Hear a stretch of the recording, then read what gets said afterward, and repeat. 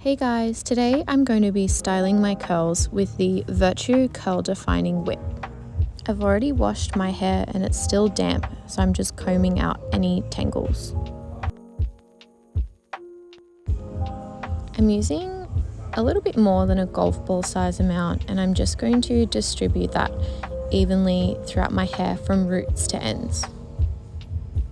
The Virtue Curl Defining Whip will defrizz, moisturize and smooth out any frizziness in my curls, so it will help define them better.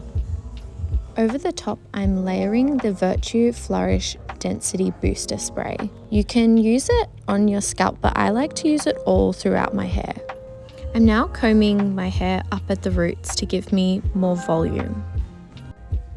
By doing this, it will help distribute the weight around my head more evenly so the curls sit up nice and bouncy and not flat on the top and then fluffy at the ends. I want it to be nice and round.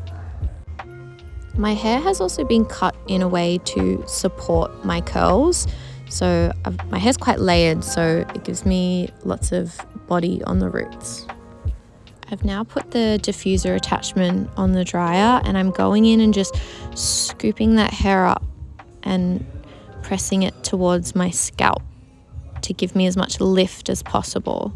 The less gravity pulling the curl down, the better, which is why I'm lifting it up like this. And I'm going to do this all around the head until the hair is 100% dry, roots to ends.